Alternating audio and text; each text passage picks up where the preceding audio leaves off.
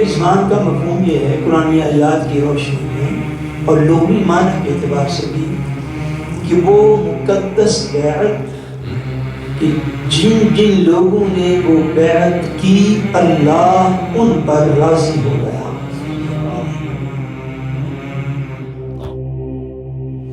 اپنا پیغام دے کر اپنے 1400 صحابہ میں جس صحابی کو منتخب فرمایا، جس کو چوز کیا، جس کو ویلیڈیٹ کیا کہ آپ میرے ایمبیسڈر بن کے، میرے سفیر بن کے، میرے قاصد اور ایلچی بن کے آپ میرا پیغام لے کے اہل مکہ کے پاس جائیے، وہ صحابی اس موقع پر حضرت سیدنا عثمان غنی رضی اللہ تعالیٰ عنہ تھے.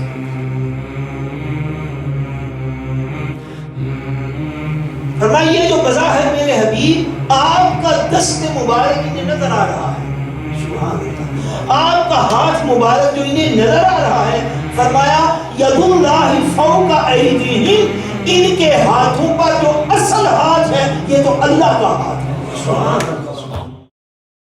سیئات اعمالنا من يهده الله فلا مضل له ومن يضلله فلا هادي له ونشهد أن لا إله إلا الله وحده لا شريك له ونشهد أن محمدا عبده ورسوله. أما بعد، أعوذ بالله من الشيطان الرجيم، بسم الله الرحمن الرحيم. إن الذين يبايعونك إنما يبايعون الله يد الله فوق أيديهم. صدق الله العظيم. إن الله وملائكته يصلون على النبي يا أيها الذين آمنوا صلوا عليه وسلموا تسليما. اللهم صل على سيدنا وعلى آله وأصحابه وبارك وسلم. اللهم صل على سيدنا ومولانا محمد وعلى آله وأصحابه وبارك وسلم. الصلاة والسلام عليك يا رسول الله وعلى آلك وأصحابك يا حبيب الله. اللہ تبارک و تعالی وحدہ لا شریک کا بے پایاں فضل و کرم اور احسان و انعام ہے کہ جس نے باعث تخلیق کائنات رحمت للعالمین، شافع روز جزا، خاتم النبیین حضور سیدنا محمد مصطفیٰ صلی اللہ علیہ وآلہ وسلم کے مبارک وسیلہ سے ہم سب کو دولت ایمان عطا فرمائی. اللہ تبارک و تعالی کما حفظہ ہم اس دولت کی قدر کرنے کی توفیق عطا فرمائے. آج کی خطبہ جمعۃ المبارک کی گفتگو کا عنوان امیر المومنین، امام المتقین، داماد رسول، خلیفہ راشد حضرت سیدنا عثمان غنی ذو النورین رضی اللہ تعالیٰ عنہ، آپ کے فضائل اور آپ کی جو عظمت و شان دین میں ہے اس کے بیان پر مشتمل ہے. ہم نے باغ اور جاگیر فتح کے اعتبار سے اپنی گفتگو کا آغاز کیا ہوا تھا، مگر اس کو آج درمیان میں چھوڑتے ہوئے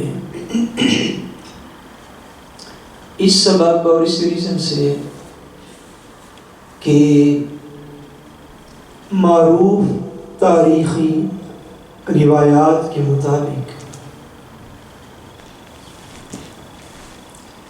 بعض کتب کے اندر 17 ذی الحج کی تاریخ آئی ہے اور بعض کتابوں میں 18 ذی الحجہ کی تاریخ آئی ہے کہ امیر المومنین مظلوم مدینہ حضرت سیدنا عثمان غنی رضی اللہ تعالیٰ عنہ کو اس تاریخ میں شہید کیا گیا اور عالم اسلام ایک عظیم نعمت سے جو اتحاد کا باعث تھی، اس کے اندر اتفاق کا باعث تھی، اس نعمت سے محروم ہوا۔ اگر 17 ذی الحج جو ہے اگر اس تاریخ پر اعتبار کیا جائے تو آج اتفاق سے ہمارے ہاں ناروے میں آج ذی الحج کی 17 تاریخ کی ہے اور جس روز آپ کو شہید کیا گیا وہ دن جو ہے وہ جمعۃ المبارک کا دن تھا۔ اس اعتبار سے آج جمعۃ المبارک بھی ہے۔ ہجری 35 میں، ہجری 35 میں آپ کو شہید کیا گیا اور اس وقت اسلامی سال جو ہے یہ 1441 ہجری جو ہے 1441 ایئر ہجری سال ہے۔ اس اعتبار اور اس حساب سے حضرت سیدنا عثمان غنی رضی اللہ تعالیٰ عنہ کی شہادت کو کم و بیش 1406 سال جو ہیں وہ گزر چکے ہوئے ہیں۔ 1406 سال کا عرصہ گزرا، مگر اس شہادت کی جو ہے وہ اسلامی تاریخ پر اس کے جو اثرات ہیں وہ اثرات آج بھی نظر آتے ہیں، مگر اس واقعہ سے یا اس کے بعد جو اس سے جڑے ہوئے واقعات ان کو چھوڑتے ہوئے اس مختصر وقت کے اندر میں قرآن و حدیث سے حضرت سیدنا عثمان غنی رضی اللہ تعالیٰ عنہ کی شان، آپ کی فضیلت اور آپ کا مقام و مرتبہ جو ہے اس کا ایک پہلو جو ہے وہ انشاءاللہ عرض کرنے کی کوشش کروں گا۔ اللہ کریم ہماری اس کاوش کو آپ کی بارگاہ میں قبول فرمائے اور آپ کے درجات علو جو بہت بلند ہیں پہلے ہی، اللہ کریم ان درجات میں اپنے کرم کے ساتھ حضور پاک کی رحمت کے وسیلہ کے ساتھ ان میں مزید بلندیاں آپ کو نصیب فرمائے۔ قرآن مجید فرقان حمید میں اللہ تبارک و تعالیٰ نے حضور علیہ السلام کے صحابہ کی عظمت، ان کی شان اور ان کے مقام و مرتبہ کو کئی آیات میں جو ہے وہ واضح فرمایا اور بہت ساری آیات کا مضمون جو ہے وہ حضور علیہ السلام کے صحابہ کی فضیلت ہے۔ سورہ الفتح میں سے ایک آیت کریمہ جو ہے اس کا یہ آیت نمبر 10 ہے سورہ الفتح کی، جو کہ 26ویں پارے میں ہے۔ اس کی میں نے تلاوت کی، اس کا بیک گراؤنڈ سمجھی اور اس بیک گراؤنڈ میں حضرت سیدنا عثمان غنی رضی اللہ تعالیٰ عنہ کے مقام و مرتبہ کو سمجھیے۔ یہ آیات کریمہ نازل ہوئی اس موقع پر جس موقع کو بیعت رضوان کہتے ہیں۔ کیا کہتے ہیں؟ بولیے، بیعت رضوان کہتے ہیں۔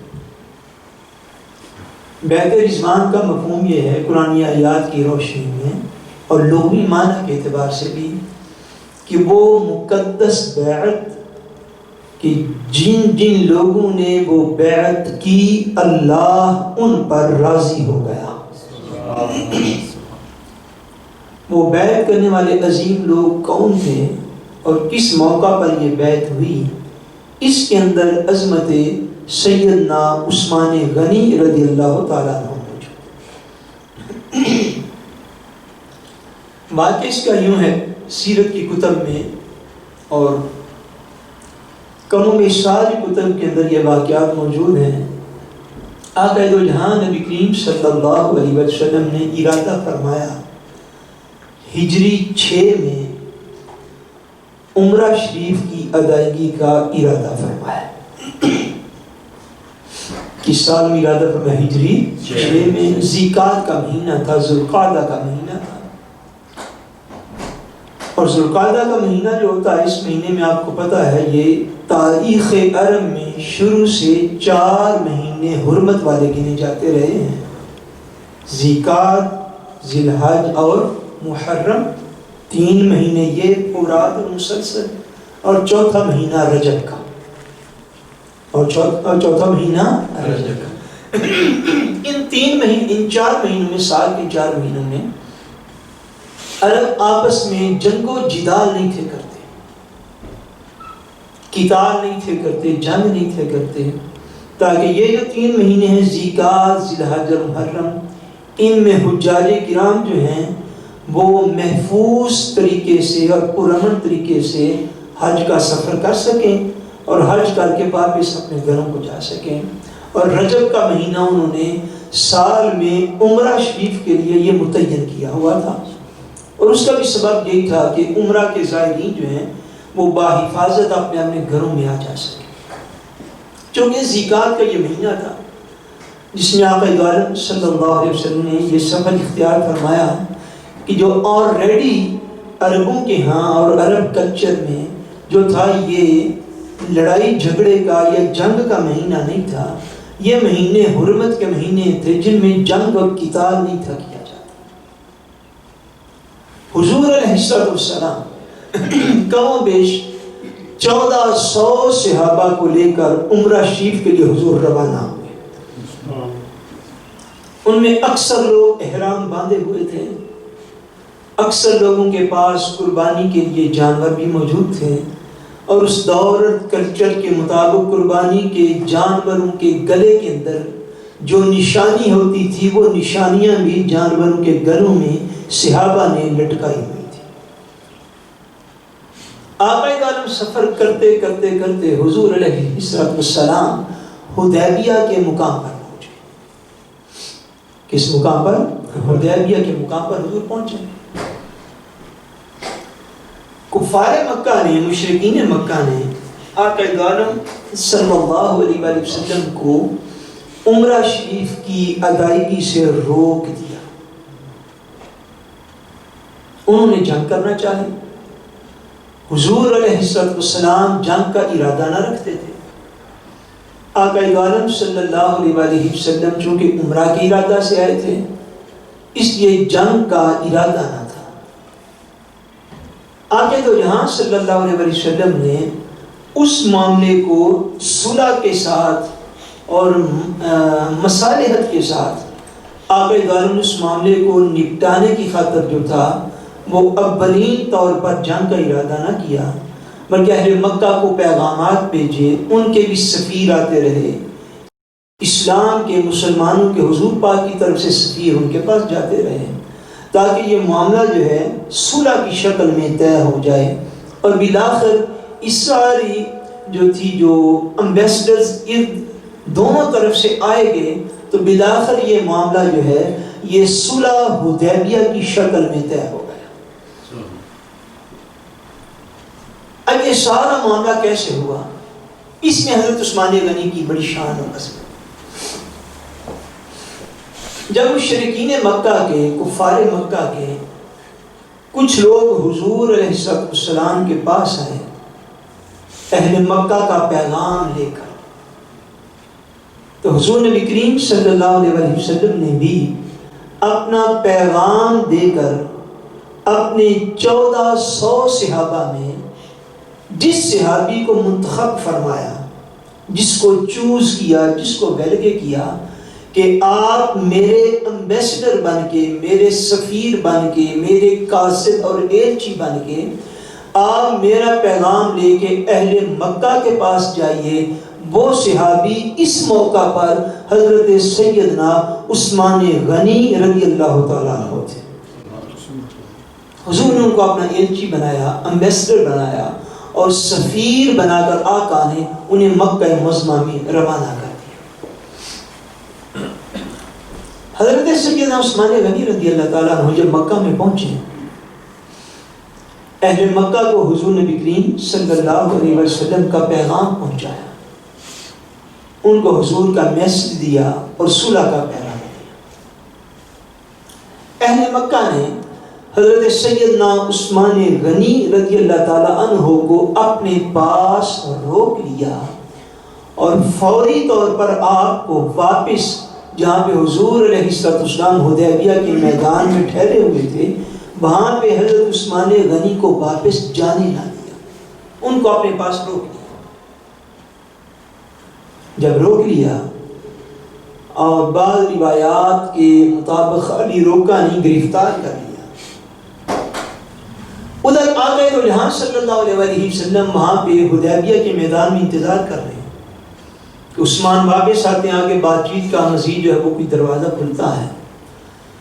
اسی دوران جب حضرت عثمان غنی رضی اللہ تعالیٰ عنہ مکہ معظمہ میں تھے، کفار مشرکین مکہ نے آپ کو روک لیا۔ لشکر اسلام میں کسی وجہ سے حضرت عثمان غنی رضی اللہ تعالیٰ عنہ کی شہادت کی افواہ پھیل گئی۔ یہ افواہ پھیل گئی کہ مکہ والوں نے حضرت عثمان غنی کو شہید کر دیا۔ اب آقا دو جہاں نبی کریم صلی اللہ علیہ وسلم نے جب یہ خبر سنی تو حضور علیہ السلام نے اپنے سارے صحابہ کو جمع فرما دیا، جتنے بھی اس موقع پر 1400 یا 1500 صحابہ کرام تھے، سب کو جمع فرمایا، اور جمع فرما کے آقا دو جہاں صلی اللہ علیہ وسلم نے ان سے اس امر پر بیعت لی کہ جب تک میں حدیبیہ کے میدان میں موجود ہوں تم کبھی بھی میرا ساتھ نہ چھوڑو گے، حتیٰ کہ اگر تم میں سے کسی کو موت بھی آ جائے تو میرا ساتھ نہیں تم چھوڑ کے جاؤ۔ مسلمانوں کے پاس جنگ کا تو ارادہ نہ تھا، ہتھیار موجود ہی نہ تھے۔ اب ادھر سے جنگ کے خطرات جو تھے وہ منڈلا رہے تھے، انہوں نے اپنا لشکر بھی ایک مقام پر جمع کر لیا۔ اب حضرت عثمان غنی رضی اللہ تعالیٰ عنہ کی شہادت کی خبر بھی پھیل گئی۔ آقا دو عالم صلی اللہ علیہ وسلم نے حضرت عثمان غنی کا بدلہ لینے کے لیے کہ اگر ان کو شہید کر دیا گیا ہو تو پھر بے شک ہم جو ہے وہ عمرہ کی ارادہ سے آئے، بے شک ہمارے پاس ہتھیار کم ہیں، بے شک ہمارے پاس جو ہے وہ نہ کوئی اس وقت جنگ کا ارادہ، نہ تیاری، نہ ہتھیار پورے، کچھ بھی نہیں ہے، بے شک ہم حالت احرام کے اندر ہیں۔ اگر حضرت عثمان غنی شہید کر دیے گئے ہیں اور کفار مکہ نے جنگ کا ارادہ کر لیا ہے تو حضور نے 1500 صحابہ سے یہ بیعت لی کہ کچھ بھی ہو جائے تم موت تک ہمارا ساتھ چھوڑ کے یہاں سے نہیں جاؤ۔ آقا دو عالم نے ارادہ فرمایا، حضور علیہ السلام نے صحابہ کو بلایا اور آقا دو جہاں حدیبیہ کے مقام پر ایک کیکر کے درخت کے نیچے حضور تشریف فرما ہو گئے۔ اب اس موقع پر سنن ترمذی شریف کے اندر جو احادیث پاک ہے ان سے میں ایک بات عرض کر دیتا ہوں۔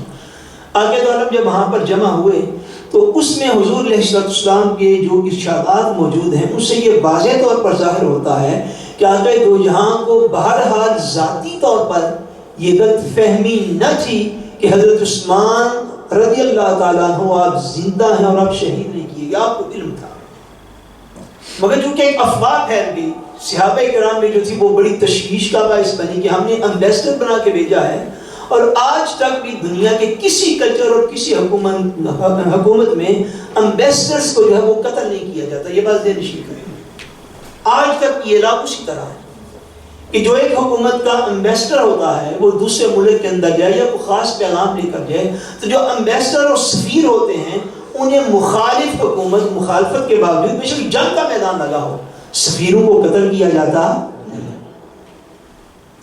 اب حضرت عثمان غنی کے افواہ کی شہادت کی افواہ جو ہے وہ خبر پھیل گئی.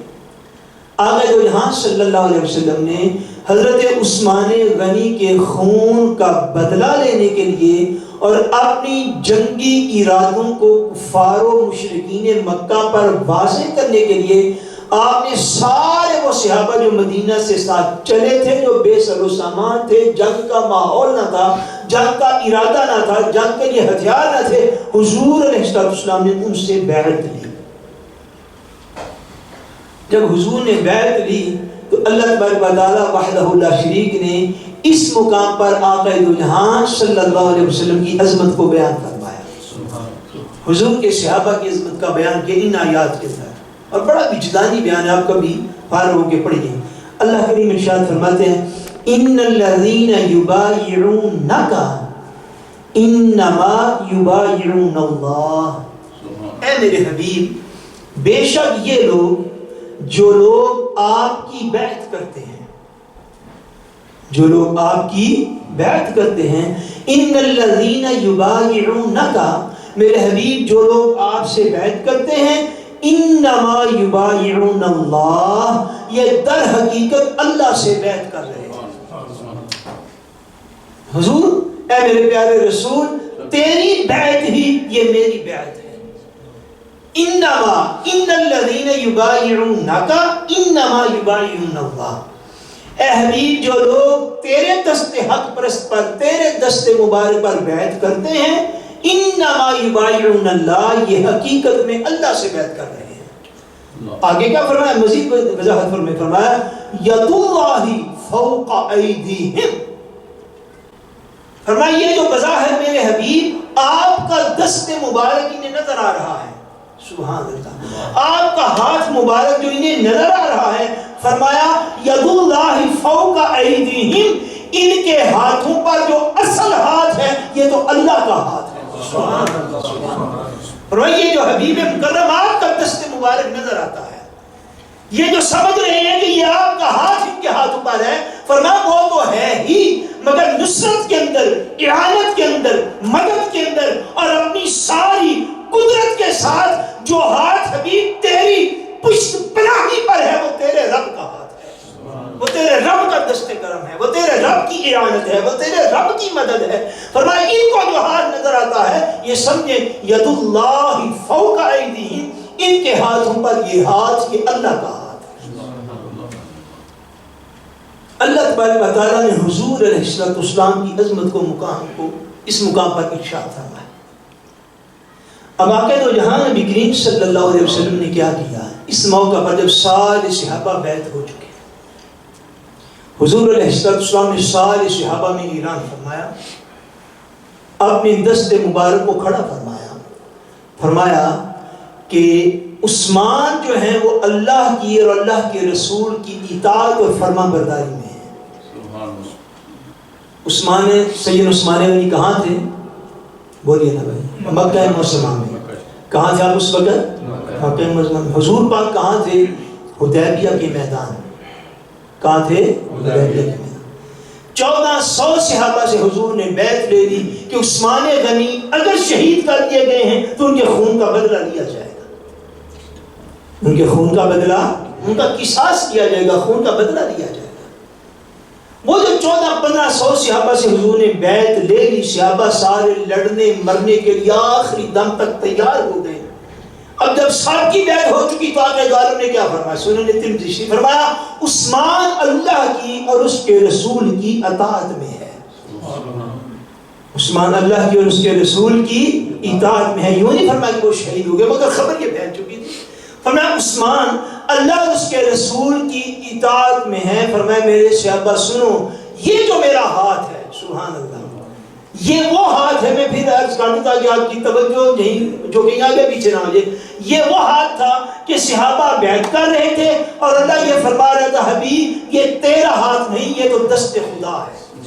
حبیب یہ اللہ کا ہاتھ ان کے ہاتھوں پر ہے. آقا دو عالم کے جس ہاتھ کو اللہ اپنا ہاتھ فرما رہا تھا، جس دست مبارک پر بیعت کی جا رہی تھی، اللہ اس بیعت کو اپنی بیعت ارشاد فرما رہا تھا۔ آقا دو عالم صلی اللہ علیہ وسلم نے اس اپنے دست مبارک کو، ایک حدیث اور روایت میں آقا نے اپنے دائیں ہاتھ کو کھڑا کیا، آپ نے فرمایا اے لوگوں، اے مسلمانوں، اے میرے صحابہ، یہ ذہن نشین کر لو، اس وقت یہ ہاتھ میرا ہاتھ نہیں، یہ میرے عثمان کا ہاتھ ہے، اور میں اپنے ایک ہاتھ سے دوسرے ہاتھ پہ عثمان کی بیعت کر رہا ہوں کہ عثمان ہے تو مکہ میں، مگر میں عثمان کو بھی اس حدیبیہ کی بیعت میں شامل فرما رہا ہوں۔ حضور نے اپنے دست مبارک کو حضرت عثمان کا ہاتھ قرار دیا۔ حضور نے اپنے دست مبارک کو حضرت عثمان کا ہاتھ دیا، ہاتھ قرار دیا، فرمایا یہ عثمان کا ہاتھ، اور میں اپنے ایک ہاتھ سے دوسرے ہاتھ پر جو بیعت کر رہا ہوں، یہ میں عثمان کی بیعت جو ہے وہ اپنے ہی ہاتھ پر کیے دیتا ہوں۔ یہ حضرت عثمان غنی رضی اللہ تعالیٰ عنہ کا وہ مقام ہے۔ اگر آپ ان دونوں روایات کو ایک کر کے سمجھیے اور جانیے اور پرکھیے تو نتیجہ یہ ہے کہ بیعت رضوان کے وقت نگاہ الوہیت میں، اللہ کی نگاہ میں جو مقام و مرتبہ دست مصطفیٰ کریم کا تھا، اسی بیعت رضوان میں آقا دو جہاں کی نگاہ میں وہی مقام سیدنا عثمان غنی کا تھا۔ جس نگاہ، جس مقام و مرتبہ سے اللہ تبارک و تعالیٰ نے حضور کو جس مقام و مرتبہ حضور کا واضح فرمایا، بیعت رضوان کے موقع پر آقا نے اپنے سارے صحابہ میں وہی مقام حضرت عثمان غنی کا بیان فرمایا۔ اللہ فرما رہا تھا یہ میرا ہاتھ ہے، حضور فرما رہے تھے یہ میرا ہاتھ بھی نہیں، یہ تو میرے عثمان کا ہاتھ ہے۔ وہ سیدنا عثمان غنی رضی اللہ تعالیٰ عنہ کہ جن کے ہاتھ کو آقا دو جہاں نے اپنا ہاتھ قرار دیا اور اپنے ہی ہاتھ سے بیعت لی، فرمایا عثمان کو بھی وہ ساری فضیلت حاصل ہوگی، کیونکہ قرآن مجید نے یہ ارشاد فرما دیا لقد رضی اللہ عن المؤمنین اذ یبایعونک تحت الشجرہ، اے حبیب درخت کے نیچے جن لوگوں نے آپ کی بیعت کی اللہ ان سے راضی ہو گیا، اللہ ان سے راضی ہو گیا۔ اس لیے صحابہ کرام کے لیے سب سے بڑا مرتبہ جو ہے ان کو رضی اللہ تعالی عنہ کہنا، کہ اللہ نے اعلان فرمایا کہ میں تم پر راضی ہو گیا، میں تم پر راضی ہو گیا۔ حضرت سیدنا عثمان غنی رضی اللہ تعالیٰ عنہ حضور علیہ السلام کے ان صحابہ میں سے، اور سیرت و کردار کا کیا عالم تھا، آخری بات اس کا کہ بات کو ختم کر دیتے ہیں۔ وہ دست مبارک سبحان اللہ جس سے حضرت عثمان غنی نے حضور علیہ السلام کی بیعت کی، یعنی حدیبیہ کے موقع پر نہیں، اس موقع پر جب آپ نے اسلام قبول کیا، جب آپ نے، اور آپ کو پتا ہے حضرت عثمان غنی رضی اللہ تعالیٰ عنہ کا اسلام قبول کرنے والوں میں کون سا نمبر ہے؟ چوتھے نمبر پر حضرت عثمان غنی نے اسلام قبول کیا۔ بولیے سبحان اللہ، پھر بولیے سبحان اللہ۔ السابقون الاولون، قرآن ارشاد فرماتا ہے سورۃ توبہ کے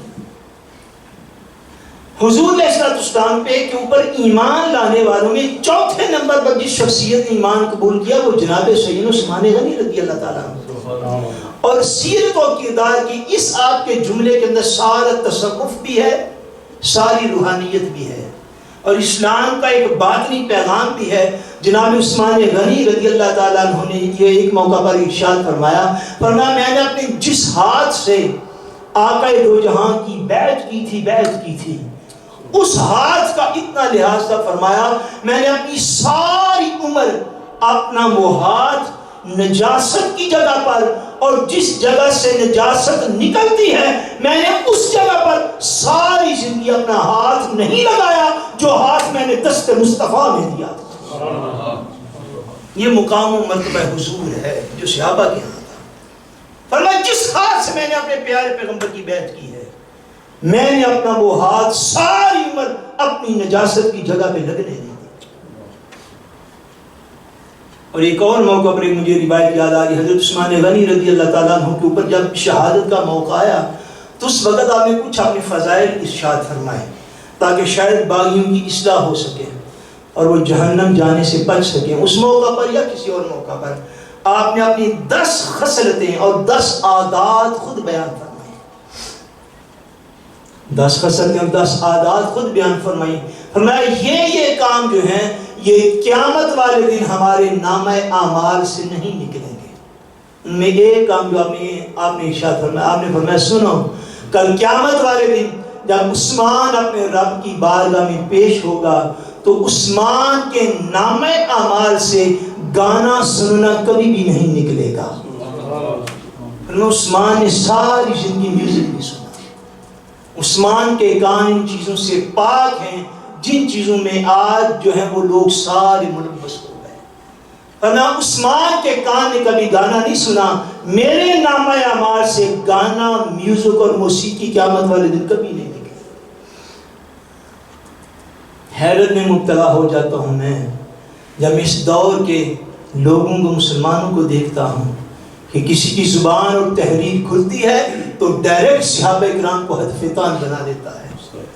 کسی کی زبان اور تحریر کھلتی ہے ڈائریکٹ اہل بیت رسول کو ہدف تان بنا لیتا ہے. ذرا ایک لمحے کے لیے میری جان اپنے من میں ڈوب کر سوچو تو صحیح ہم کیا کرتے پھر رہے اور وہ کس عظیم سیرت و کردار کے لوگ تھے کہ جن کے کان موسیقی تک سے ساری امت محفوظ رہے، جن کے ہاتھ کبھی ان کی نجاست کی جگہوں کو دائیں ہاتھ کبھی بھی نہ لگے، اور جن کی سیرت و کردار کا عالم یہ تھا کہ آقا دو جہاں صلی اللہ علیہ وسلم نے ایک مرتبہ ارشاد فرمایا، آقا دو جہاں بیٹھے اور اس حالت میں بیٹھے تھے، صحیح مسلم شریف اور سنن ترمذی شریف کے اندر روایت ہے، اس حالت میں بیٹھے تھے کہ آپ کی پنڈلی مبارک سے تھوڑا سا تہمت مبارک اوپر ہٹا ہوا تھا. آپ گھر میں بیٹھے ہوئے تھے، پنڈلی مبارک تھوڑی سی ننگی تھی. حضرت ابوبکر صدیق رضی اللہ تعالیٰ عنہ نے اجازت طلب کی. آقا دو جہاں ویسے ہی بیٹھے رہے. تھوڑی دیر گزری، حضرت سیدنا عمر فاروق نے حاضری کی اجازت طلب کی. آقا دو جہاں ویسے ہی بیٹھے رہے. تھوڑی دیر گزری، حضرت سیدنا عثمان غنی رضی اللہ تعالیٰ عنہ نے اجازت طلب کی. آقا دو جہاں پہلے تو سیدھے ہو کر بیٹھ گئے. حضور نے پنڈلی مبارک کے اوپر کپڑا کر لیا، کپڑا کر کے فرمایا عثمان کو آنے کی اجازت دے دو. جناب عثمان حاضر خدمت ہو گئے. تینوں صحابہ اٹھ کے چلے گئے. ام المومنین سیدہ طیبہ طاہرہ حضرت عائشہ صدیقہ نے کہ حضور آپ کی پنڈلی مبارک سے کپڑا ہٹا ہوا تھا. حضرت ابوبکر حاضر خدمت ہوئے، آپ اسی طرح بے تکلفی سے تشریف فرما رہے. حضرت عمر حاضر خدمت ہوئے، آپ اسی طرح بے تکلفی سے تشریف فرما رہے. کیا وجہ ہے کہ جب حضرت عثمان غنی حاضر خدمت ہوئے پہلے آپ سیدھے ہو کے بیٹھے، پنڈلی مبارک کو ڈھک لیا، پھر اجازت دی. فرمایا اے عائشہ میں عثمان سے حیا کیوں نہ کروں جس سے اللہ کے فرشتے بھی حیا کرتے ہیں. فرمایا میں عثمان سے حیا کیوں نہ کروں، اللہ کے ملائکہ بھی اس عثمان سے حیا کرتے ہیں، اس کی اپنی حیا کریے. آقا اللہ تبارک و تعالی ہمیں صحابہ کرام اور اہل بیت کرام کی ادب و تعظیم اور ان کی محبت و احترام عطا فرمائے. وما علینا الا البلاغ المبین.